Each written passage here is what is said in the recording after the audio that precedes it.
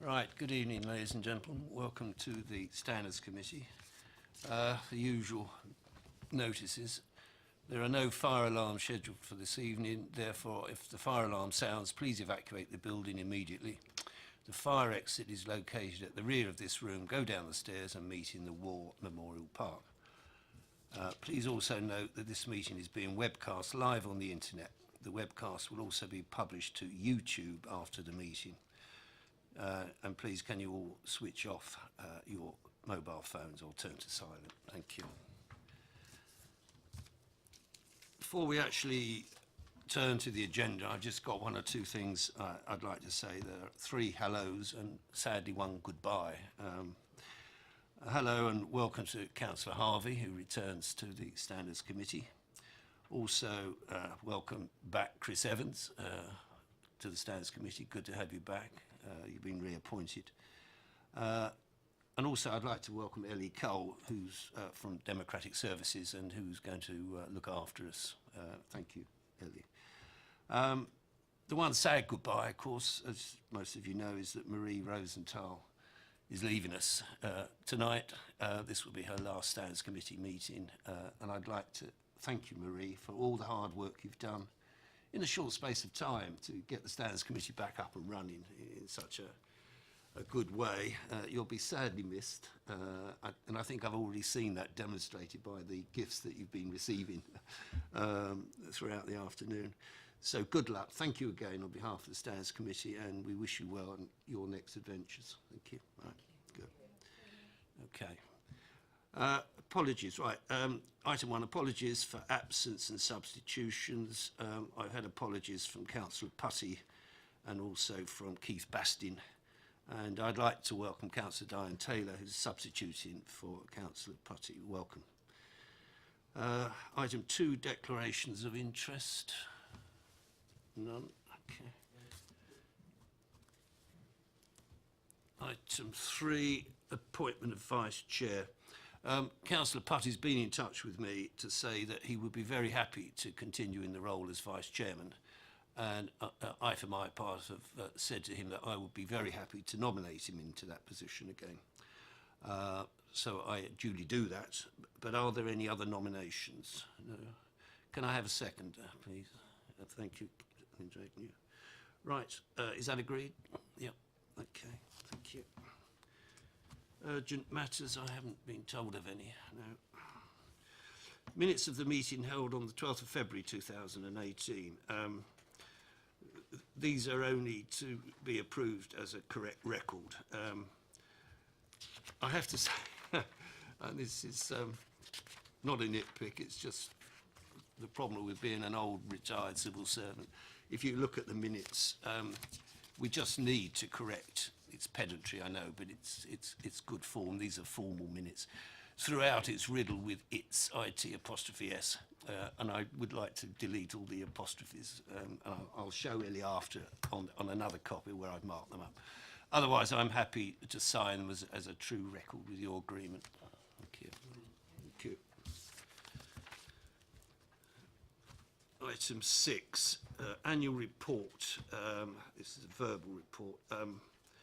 Maria suggested to me that for 1718, the municipal year 1718, as the Standards Committee only met the once, and complaints were pretty few and far between, that it might be a good idea if we pick up the 1718 in the 1819 report. And I think that's an excellent idea, subject to your views. I must say, though, from a personal point of view, 1718, from my perspective, I've never worked so hard behind the scenes without having to chair a committee. But if you agree, I think we would like to play it that way. If anyone disagrees, no? Okay, thank you. We'll do that. Item 7, review of dispensations. Marie, do you want to introduce this one? Yes, thank you, Chair.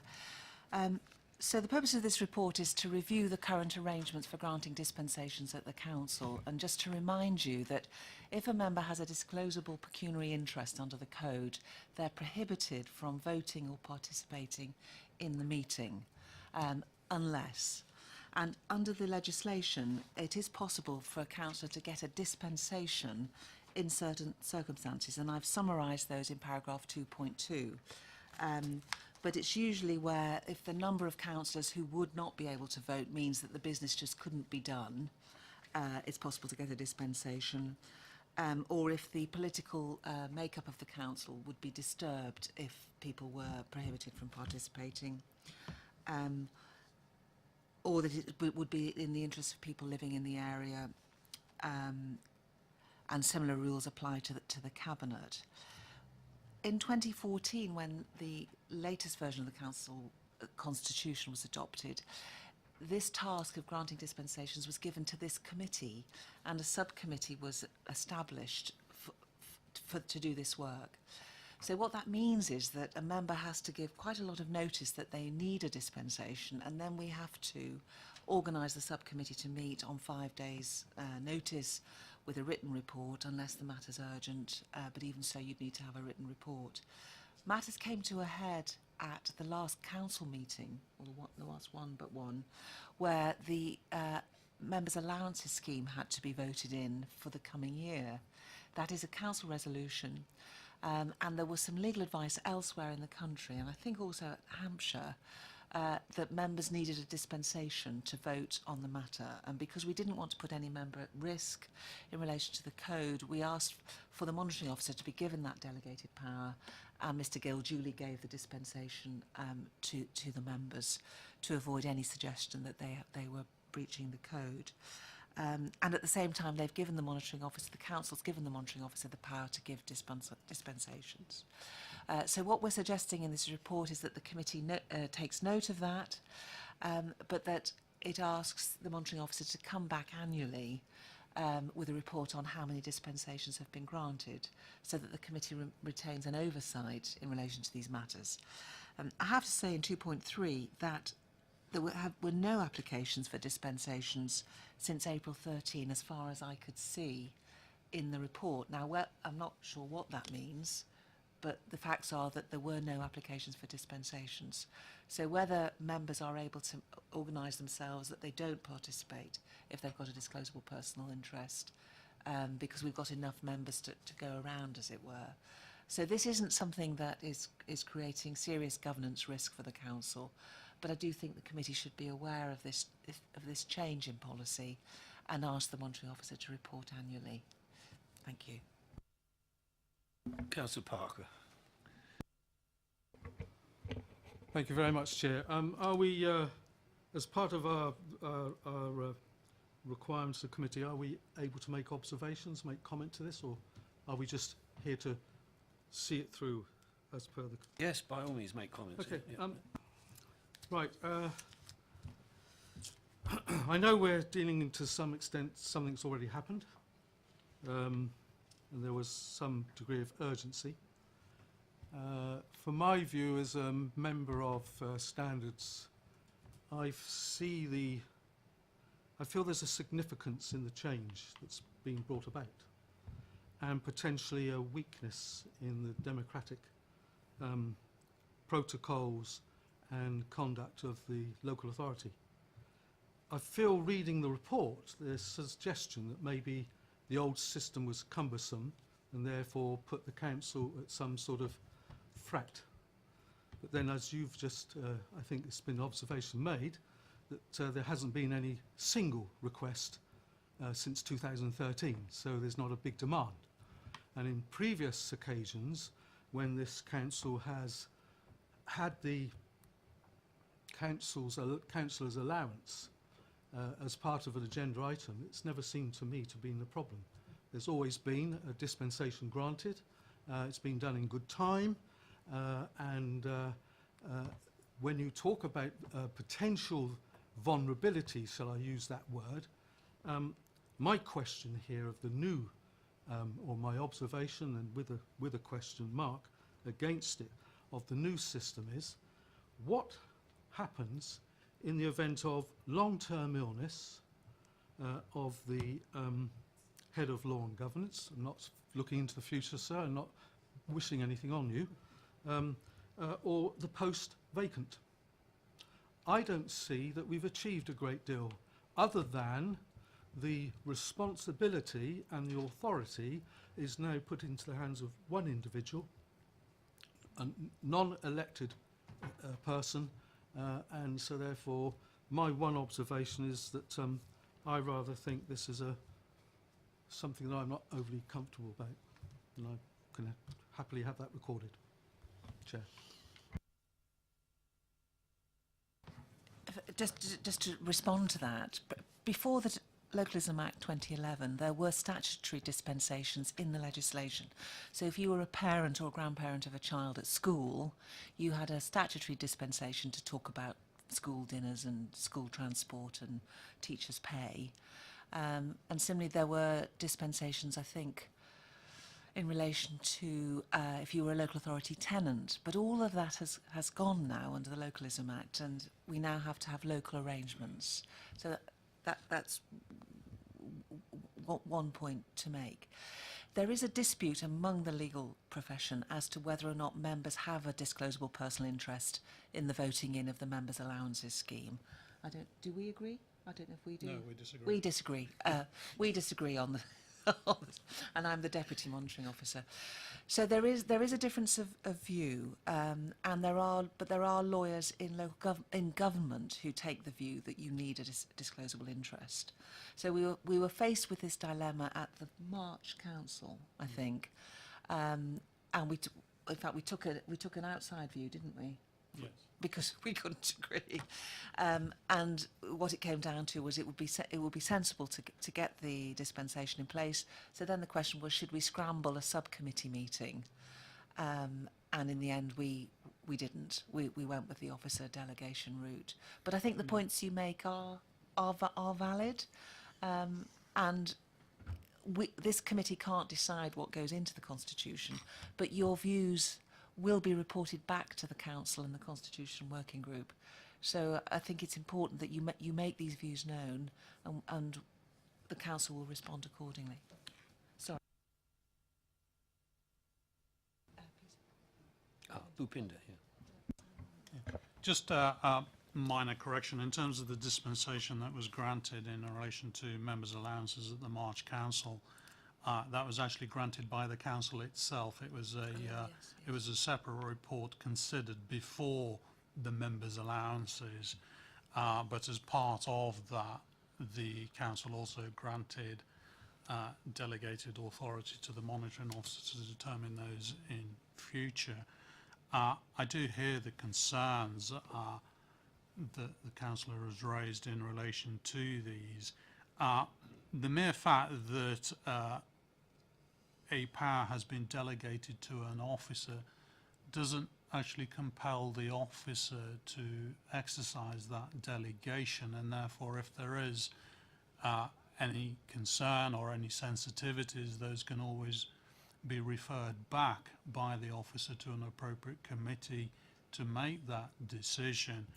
In the event that the specified officer is absent from the office for whatever reason, whether that's long-term illness or otherwise, the Constitution currently allows for that delegation to be redirected, if I can put it that way, by the chief executive to somebody of an equivalent grade or more senior, and ultimately the chief executive can exercise all delegated powers granted to an officer that reports to him.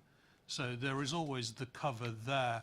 I suppose the issue really is that on occasions, and it is very few and far between, something does crop up at the very last minute where it becomes aware, and the individuals become aware of an interest, and this just simply provides flexibility around that. But we can certainly monitor it, as is requested in here, and report how often dispensations are granted in future.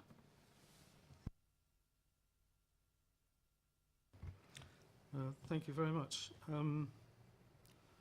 If I heard correctly, you inferred that we were reacting in 2017 to legislation that was introduced in 2011.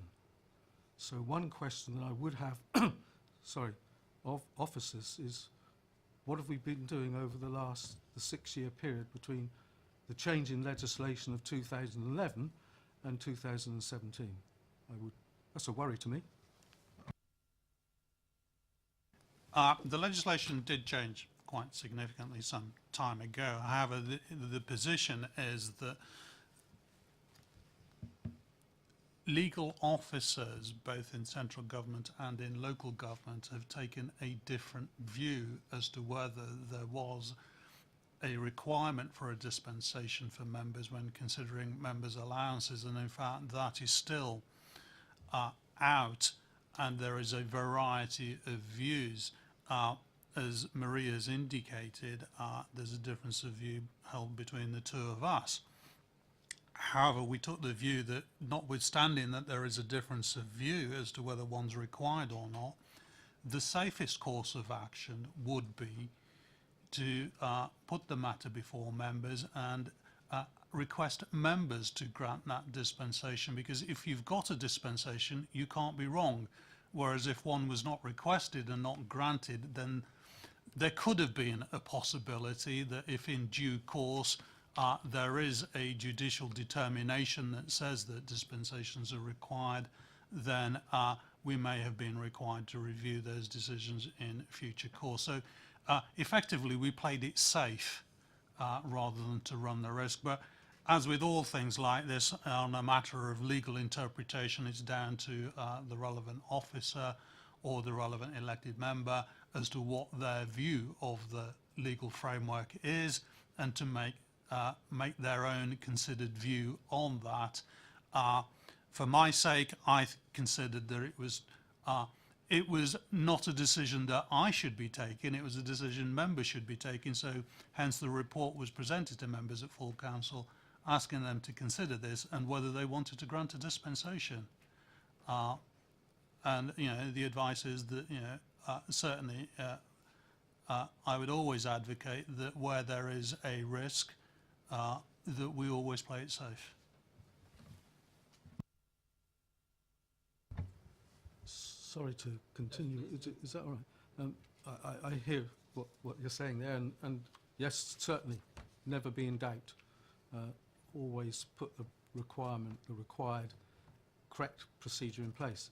But trying to, I thought I was understand. I appreciate the position in relation to the council agenda with the item of members' allowances.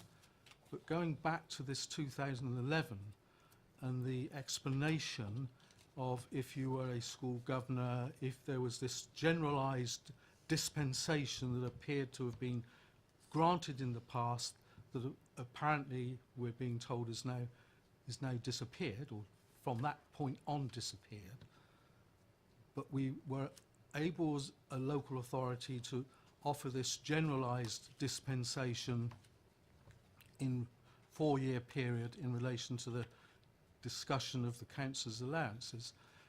Could there have been further work done on this particular aspect to safeguard councillors in terms of offering this council setting up and offering a generalised dispensation for members of committees in the event of, because it is a major concern, but I just would ask whether that's a question whether maybe there could have been or could be, but I've finished on that, Chair. But other than what I'd like to do is on the requirement of the committee, I would request that on the point 2.6, I'd request a vote.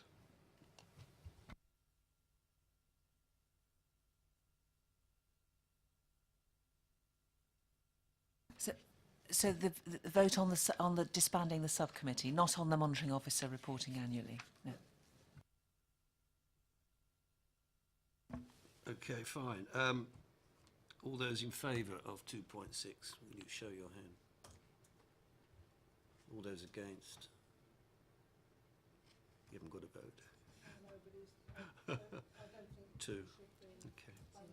Keep the subcommittee. Yes. Keep the subcommittee, Yeah. Okay. Yes. Can that be recorded in the minutes, please?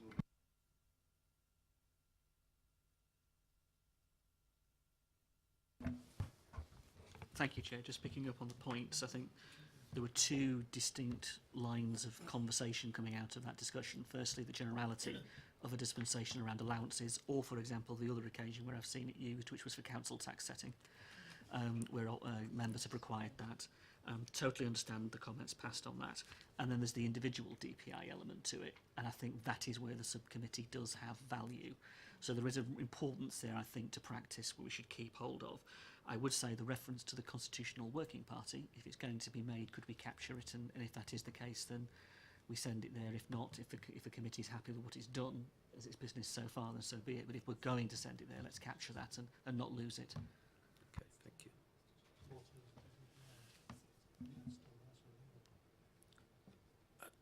Have we finished on this item, or?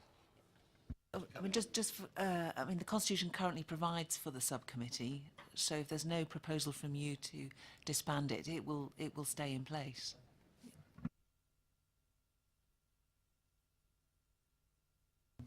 Mrs. Agnew. Yeah. Could I just request that some guidance is actually sent out to some of the parish clerks as well, because I'm not sure how much they will be aware of the, and just to make sure that they are aware of the requirements for dispensations. No, that's a fair point, yes, and we'll do that.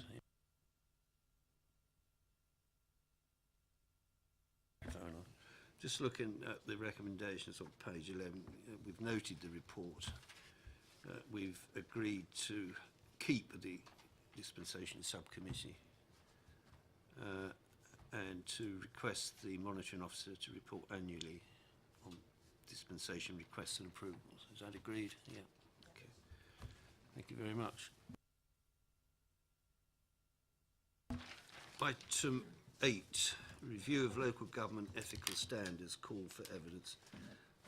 First of all, I'd like to thank the members of the working group who met with me, and also members of the Standards Committee who provided us with comments which formulated our response to the Committee on Standards in Public Life. I think within the limitations on the number of words we could use, we sent a pretty strong contribution, highlighting the emphasis on independence, and in particular our unique take on this. And I'm very much with Chris Evans on this. We are both fearsome on the independence of this committee, and if there'd been more room, we could have probably said a lot more. But I think they got the right message, and I think at the end of the day, we were quite happy with our contribution. I also believe that we put copies, or officers put copies in the members' portal so that all members of the authority can see. But I think it was an exercise well done, and thank you everyone involved. Councillor Harvey. Thank you, Chair. It would be remiss of me not to mention Councillor Westbrook's contribution, and I know you considered it carefully in terms of the commentary. There was a concern expressed about the desire for an evidence-based approach. I think is something that we all support, and the idea that if we're going to make recommendations, they're based upon the substance of what we believe has happened, and also practice as well as forward thinking. On that basis, the reference to having a more punitive approach should be based on the evidence rather than just a statement of its kind of saying that is a desire. So there's a concern, I think, from a number of colleagues around the point that simply saying we want a punitive approach is wrong, and we disagree with that. Having the evidence to suggest there is a need for something is a completely different conversation. There is no evidence. No evidence has ever been presented.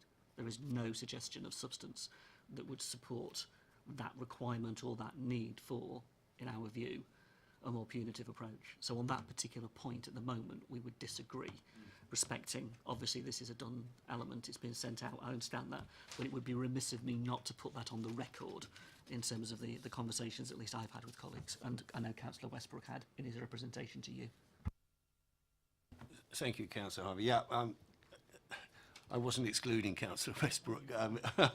He was part of the evidence that members of the subcommittee, members of the Standards Committee, not the subcommittee, put forward. But I have to say to you, a number of us disagreed with the line that you've just promulgated.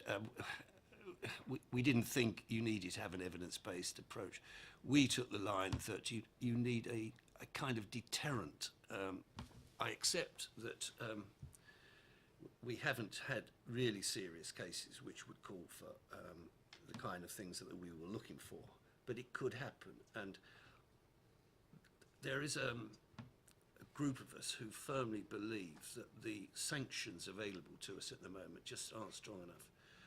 It's one thing, and I don't think we don't have the sanction of apology anymore, if I'm reading the arrangements correctly.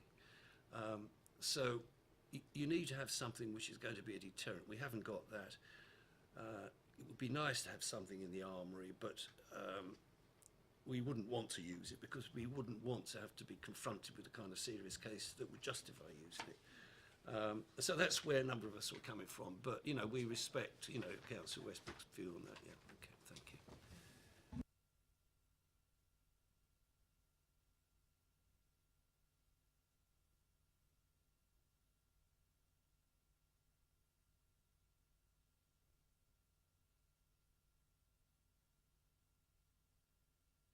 Marie, do you want to say anything before I have a word? Yeah. Shall I go first? Okay.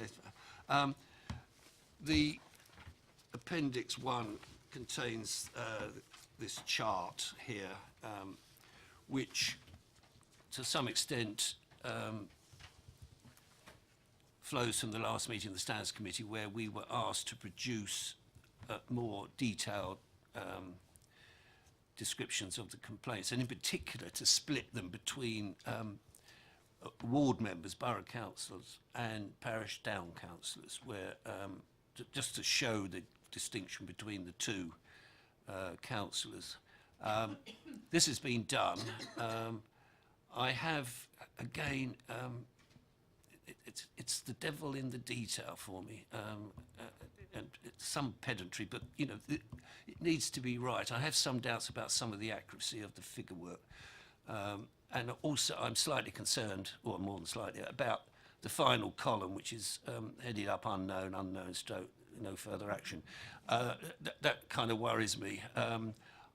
I think I know what it means, that probably at the time of compilation of this chart, some cases hadn't, some complaints hadn't been determined, but I think it's an unfortunate use of words. So, and there's another one here in the categories of complaints. I for one, am handling 9 complaints at the moment, all of which are on hold, and so the figures for 2017 ward should be 3, and 2018 ward should be 6. It's little nitpicks like that, but I think it's work in progress. It's going in the right direction. We've split the two, split it in two between wards and parishes and the type of complaints, and I think it's a good job, but it just needs to be looked at again. So I would be grateful if officers would do that. No need to spend an inordinate amount of time on this, but just to get some of the more recent figures correct, so that we all know where we're coming from. And that's my view on this anyway. Yeah.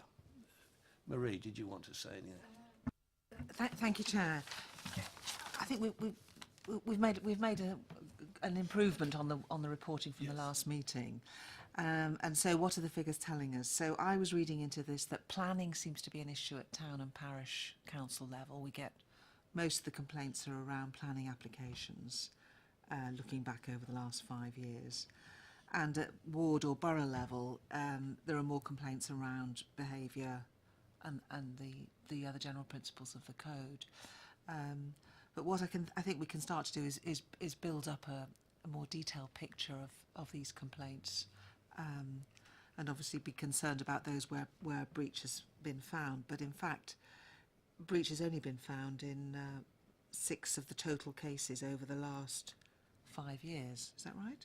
According to these figures, which isn't very many when you think how many dozens of councillors we've got operating in the public sector across the borough. That's quite a good position, really. So I'm pleased that you've found this helpful, and we'll build on it in future reports. Councillor Parker, yes. Yes, thank you, Chair. This certainly gives us some more information than we've previously had as a committee, and it's a good start, but it certainly does need to be developed, because it's a tool. I have certain suggestions, if I may, in terms of I share your concern over the last column, unknown. I don't know. It's not under results. I'm sure that's not oblique National Football Association. I assume it might be not finally assessed. No further action. Okay. Well, there you go. For those that are in the know, they're in the know. But this possibly may become a public document or accessible by the public. Therefore, it needs to be understood by everybody who is accessing it in terms to how important or worthwhile. I would suggest maybe under year we show the period that we're covering rather than just year on both columns. We might be in the know. I don't know. When I was reading this, and you yourself said you currently in 2018 are dealing with 7 other cases or something, what period are we talking about? These figures are recording. Calendar year? Council calendar year? Or January to December? Okay, well maybe that can be put on again, because somebody who's in the public won't know that necessarily, or maybe another member of the authority. I think it would be worthwhile if we are to be able to use this information and have, as it were, snapshot information to know on the complaint side, who is the complainant? Not the individual, but is that a complainant from the member of the public? Is the complainant a fellow councillor?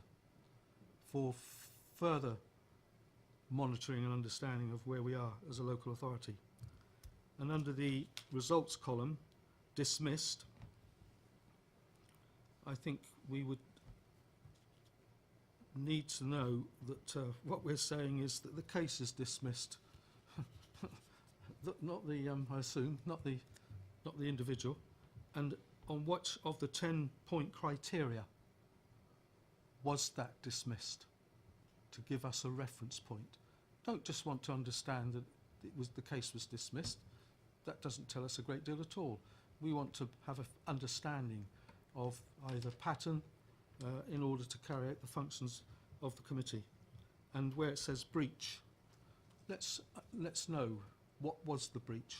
What was breached? Was it breach of the code of conduct, the ethical behavioural standards that are expected of councillors? And where it says settlement, I don't understand settlement. What are we saying? Settlement. So, you know, was there an agreement achieved between parties that says that the case isn't carried any further? So the headings need further clarification in some manner. Can I inquire, please, when you say on hold, is that pending? Yes. Maybe that's a better word. On hold looks as though we're just putting it into a dusty corner with a pink ribbon on it. Come in on the last point, on hold. I can't go into details, but there are very good reasons why cases that I'm dealing with are on hold or pending, because we're awaiting advice, and it would be wrong to proceed with these complaints until we've got that advice. So that's the reason they're on hold. And can I also say, it may seem that I've got a big caseload and with 9, but this really flows from the fact that in the arrangements we have to have a separate a complaint form for every councillor who's being complained against. So you can see that, you know, I may only have 3 complaints, but I've got 9 forms. Okay. If more than one councillor or member of the public complains against one or more councillors, then they have to be on separate forms, and so that just adds it up. But no, thank you very much for that. We've taken on board that very helpful, sensible comments. Thank you very much, Councillor Parker. Right. So can we just note the report, work in progress, and we'll come back to the committee again on this when that work has been undertaken. Right, item 10, gifts and hospitality, verbal update. Now, Bhupinder, I think you're going to introduce this, please. Thank you. Thank you, Chair. When the National Code of Conduct for Elected Members was introduced back in 2000, under the Local Government Act of 2000, there was a requirement in the Statutory Code of Conduct that elected members declare any gifts and hospitality that they had received, and at that point the threshold for notification was set at £25. Following the abolition of the Statutory Code of Conduct and the requirement for local authorities to introduce their own codes of conduct, this authority has in the large adopted what was previously the statutory code and carried forward the requirements for elected members to declare any gifts and hospitality that they have received, and that notification is to be made to the monitoring officer within 28 days of the receipt of either gift or hospitality. Certainly in the last several months I've had a number of inquiries from elected members asking whether something needed to be declared or not, and advice was furnished. There is actually a physical hard copy kept of any declarations of interest, and even a cursory review of those forms shows that there is a number of declarations made each year by various elected members in relation to different types of hospitality or gifts that they have received. I'm not going to go through each and every one here, but effectively they amount to things like people being invited to dinner or receiving flowers.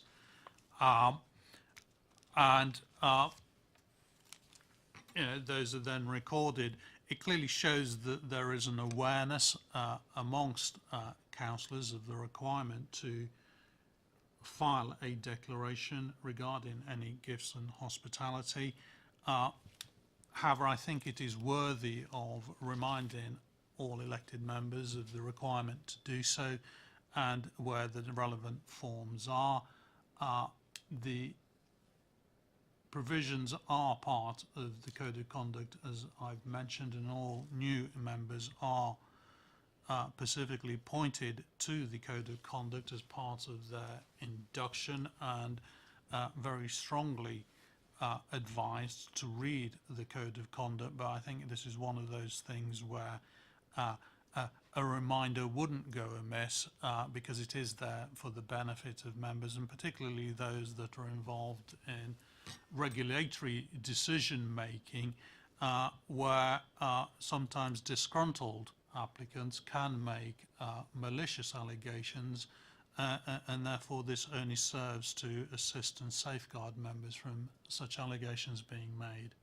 So there is, as I said, a number of declarations that have been received over the years, But I certainly would say that, reminding elected members, perhaps through one of the members' weekly briefing notes that goes out, certainly wouldn't go amiss.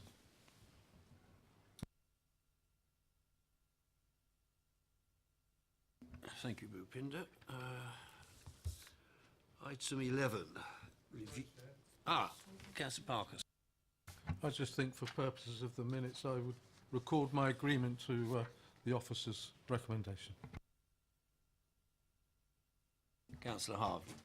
And just note that in other authorities it's also published on the website under the councillor's reference, the page, the register of interest is under there. It might be something to consider in the future. If they are publicly available for being viewed, then perhaps seeing it on the website. Something to think about in the future anyway. We'll certainly think about it, yeah, thank you. Review of work programme, item 11.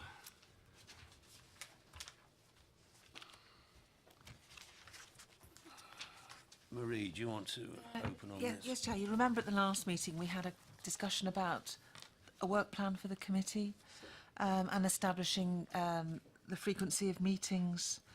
I think at the moment the committee is scheduled to meet 4 times a year. So what I've done in Appendix 1 is I've put all the dates in and we did canvass views as to what should go in the work programme. We reminded ourselves on the scope of the committee's terms of reference. I think you wrote to political group leaders to see if there are any issues that they wanted us to discuss. And on the basis of all of that, we've put a programme together. So, for example, for your October meeting, I'm suggesting that you should be thinking about successor IP and IS, independent person and independent standards assessor members, and putting that into your next year's work plan. In the Constitution, there is a part that deals with codes and protocols. You might want to have a look at those to see if there's any that would benefit from a review, although I think most of them are up to date, in fact. Gifts and hospitality we've talked about this evening. I'm suggesting we should look at arrangements for town and parish councillors. I mean, we've had some suggestions this evening about briefing notes for the clerks on dispensations. There may be other issues that members of the committee who represent town and parish councils want to raise. So that those could all be discussed in October. And I think what you need to do is agree your programme of meetings for the next financial year. Council meetings tend to be fixed, I think, a year in advance because of rooms and people's time. So you need to decide how much business you've got and how often you should want to meet. So it's really a matter for you, Chair, and the committee as to whether this looks reasonable or whether there's anything else you would want to put into the programme going forward. Before I call Bhupinder, can I just say that, picking up on what Maria said, I did write to group leaders some time ago, asking them if they've got any ideas to go for our work programme, please let me know, and we'll consider them. Unfortunately, to date, I've met with complete silence, but I understand that there have been elections and other issues, and frankly, they have some very important work to do. So, but if they're listening out there, then I'm still open to any offers. Okay. Councillor Harvey. Yeah. I'm listening. I consider myself suitably told off, and I will send you an email, but no, there isn't anything. Okay. Indeed, you want to come in? Yes, thank you, Chair. This was one of the first things I think you and I spoke about when we met some months ago, and I think it's very important for all of our committees to have an agreed work programme. Now, that doesn't mean that once a work programme has been agreed that it's set in stone. It's a matter for the committee, and the work programme can be flexed to meet competing needs as and when they arise. However, the difficulty is always that where there is no work programme, the things do slip by, and I think that was one of the symptoms that led to no meetings of the Standards Committee in the previous municipal year, because each and every time there was a committee due to be held, individuals were scratching their heads trying to think of what should come to the committee. So this was something that we've worked on over a period of time, and I think what this does is provide a framework for the committee to look at various things in a timely manner and order, review what has happened over the preceding year or so, and consider whether any modifications need to be made in terms of the governance structure, make any recommendations in a timely order, take evidence where evidence is required. But also it then provides a mechanism for all the members of the committee actually to get together and actually discuss matters that they're becoming aware of and developments in public practice as well, so that we can actually make sure that the appropriate governance standards are in place in the authority and standards are being upheld. Now, I appreciate that, as I've said before, from time to time things change, and there may not be anything either to add to the agenda, or actually the agenda needs to be wiped clean because something else more important has come up. But clearly, as I said, provides a framework for the committee members to consider what it is that they want to look at and tailor that to their specific needs.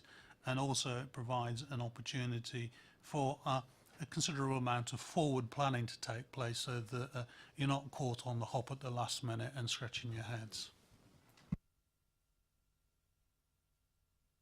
Okay, thank you very much.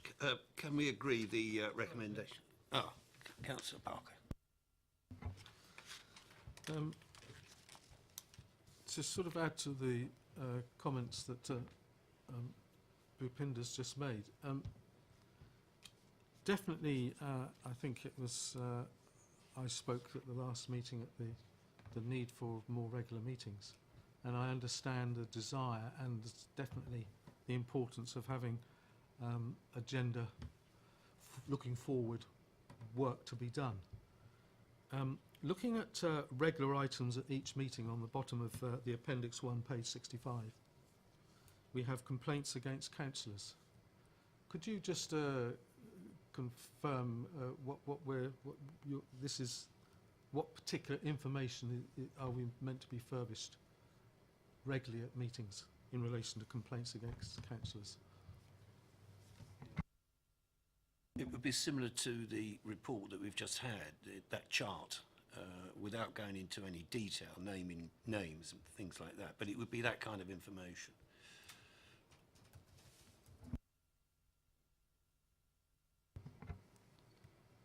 And then can I just ask about the updates on training for officers, councillors and parish councillors in respect of ethical framework issues?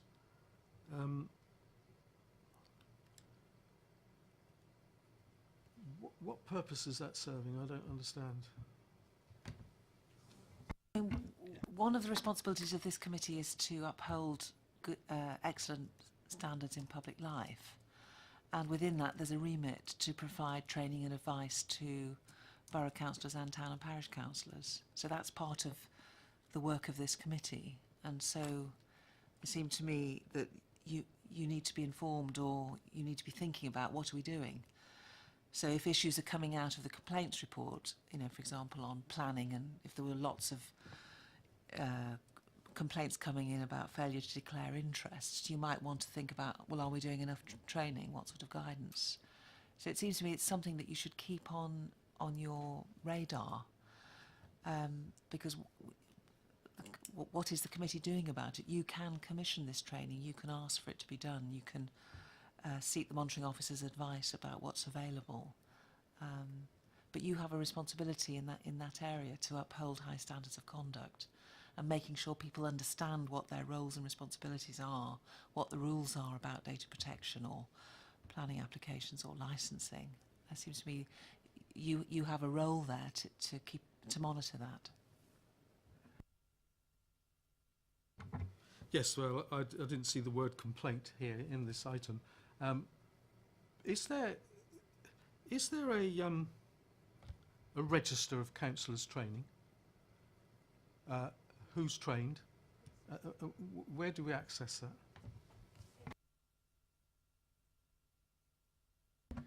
So it's something that we have internally, so it's something that we hold within the Democratic Services team.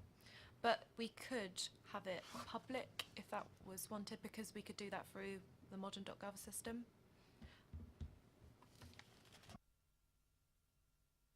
I wouldn't dare ask for that this evening. I just, it was a personal inquiry of my own, because I've, in the past, been concerned as to when a councillor attends a training, where that information is collated.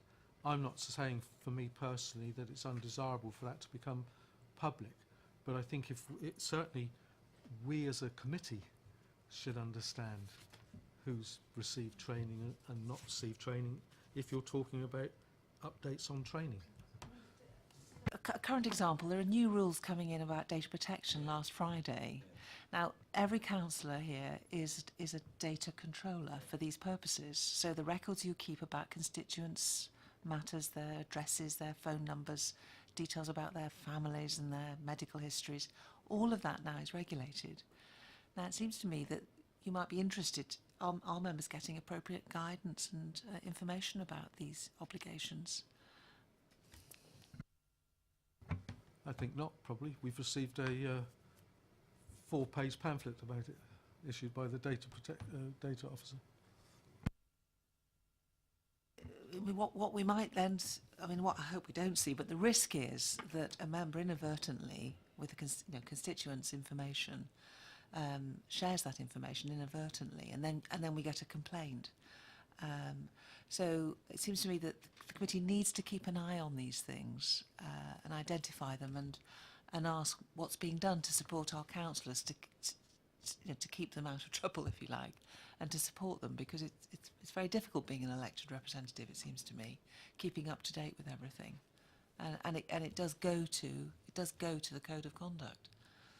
So whilst there's an obligation on members to keep themselves appraised, I think also the organisation needs to be doing things, and it seems to me this committee can reasonably say, well, what have we done about this? You know, major change in the law, new rules about confidentiality. There's an obligation on confidentiality in the code, for example. Are we supporting the members appropriately? So that's why I think it's a regular thing you might want to look at. By-elections. We've just had a round of elections. Is the committee interested in what training's been done on the code of conduct for new members? It's that sort of thing.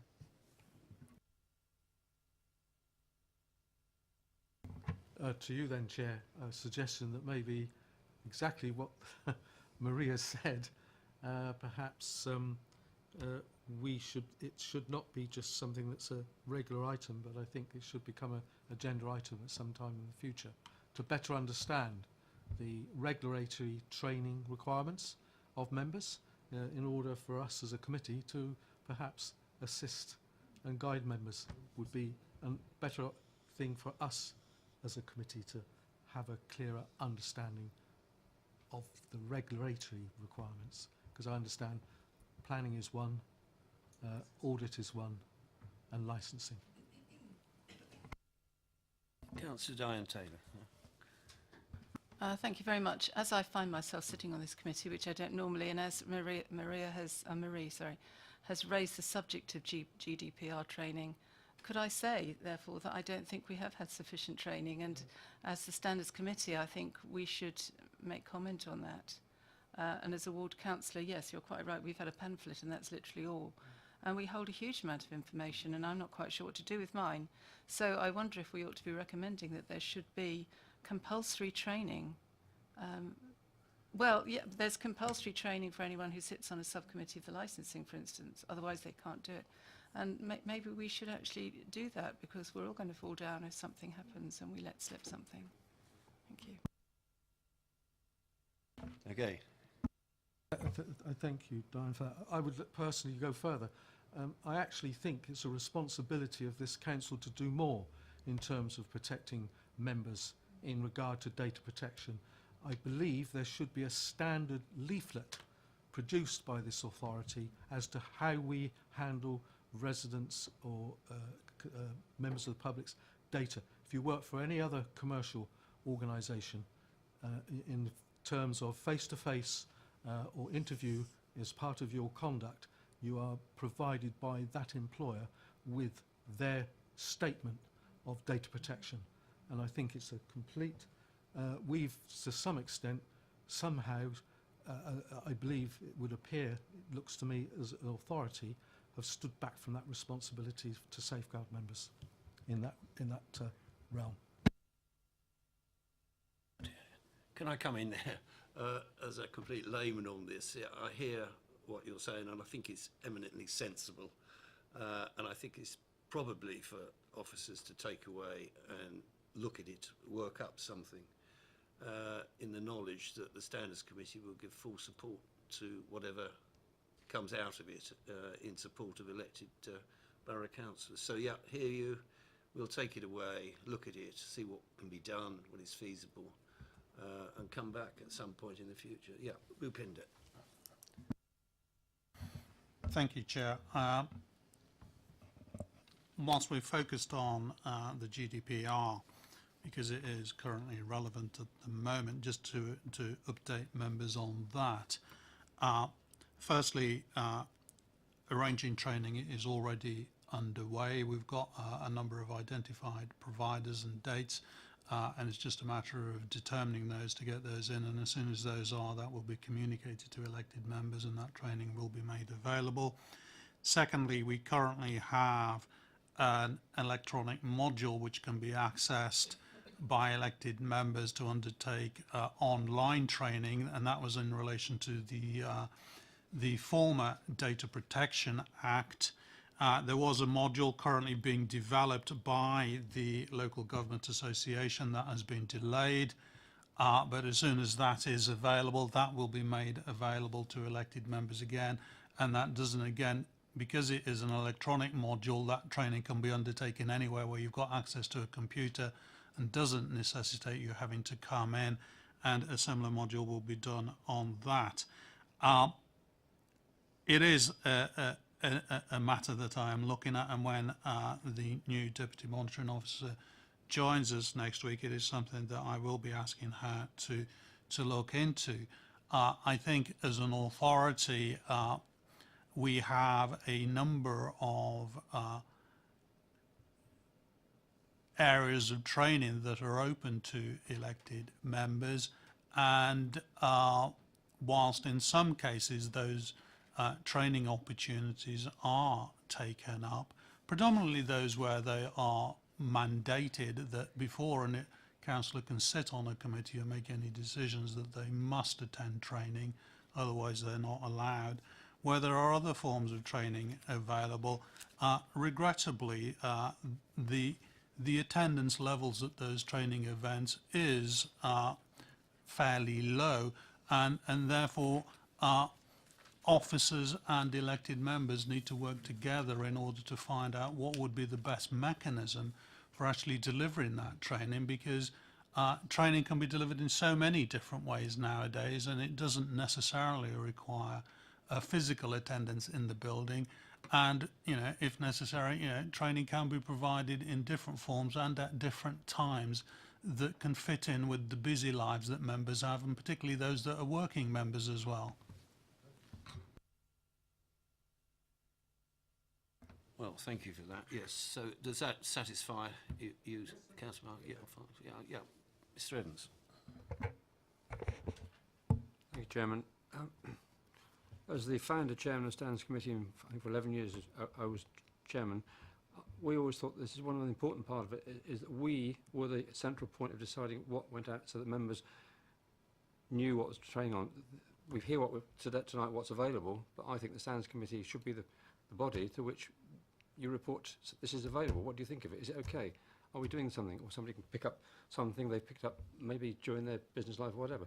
It should come through us. We should be the prime mover of arranging the training and saying the training is there available, and should then go out to members saying the Standards Committee had looked at it, please look at it, rather than the opinions quietly said this is available. I wonder how many members did know it was available or whatever there.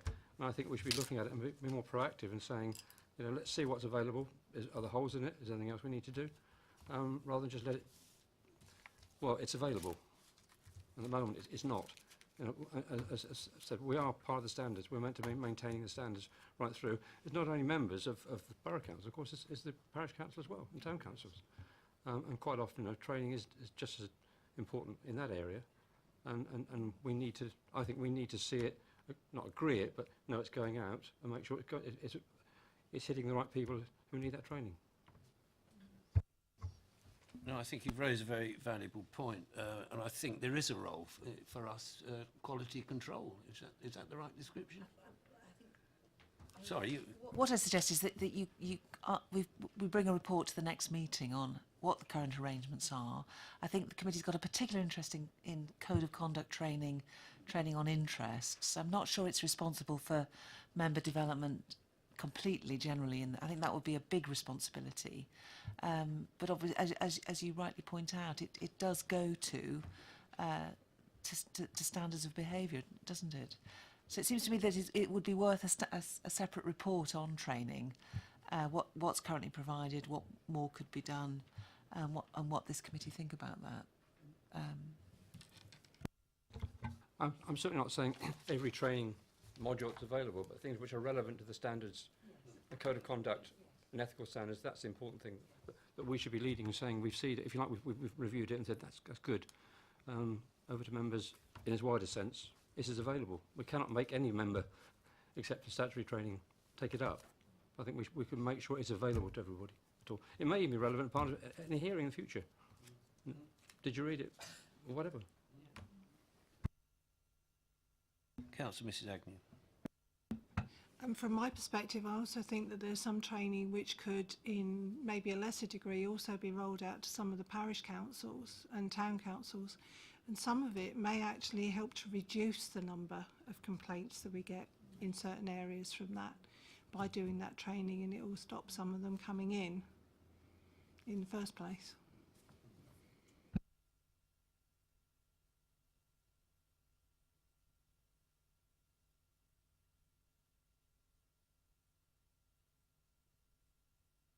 Oh, no, I'm sorry. From the point of view of Tadley Town Council, we've already adopted some policy training that the Hampshire Association has sent us all, and I'm hoping that that's obviously gone to all the parishes and that they will have a look at it and adopted it, because we've had to change some of our ways of working. As councillors, we all now have to have a council email in which the council send us information. We're not allowed to use our personal email. So, and that's something that parish councils haven't always done. I don't know whether that's been adopted across the board. But on a different view, I'm also a member of Tadley Citizens Advice, and we've had edict from our National Association that we all have to take part in the civil service training for data protection and other things, and have to produce a certificate to show that we've actually done it in our own time. It's good practice. Okay, not everybody on the trustee board work, are not employed, they're not paid, but they are volunteer trustees. And I don't see that it would be any harm to suggest that the parish council and or the borough councils actually look at that sort of training that is available and is already in place for people to have a good understanding of what sort of things they need to do and not to do. Okay, thank you for that. Yeah, we've had some interesting suggestions, and I think, as Maria said, that let's have a report at the next meeting to draw it all together, see what we can and cannot do or should not do. If it's not within our bailiwick, but let's see what happens. Can we agree the recommendations on page 61 about this item? Note and agree the programme of meetings for 18-19. Note and agree the proposed programme of meetings for 2-19-20. Consider and agree the revised work programme for 18-19. Is that agreed? Yeah, thank you very much. Okay, item 12 and 13, 4. So that's it. Thank you very much. Councillor. Sorry, if I, rather than just sidle up to Ellie after the meeting, there was, if I could just ask you to look at agenda item 7, there were a couple of what I consider just to be typing errors that you might want to change before it goes on to the agenda. I can either just speak to her afterwards, just to deal with that. They're not significant. Right, thank you very much for that. Well, I think that's the end of the meeting. Thank you all for coming, and I will now close the meeting. Thank you.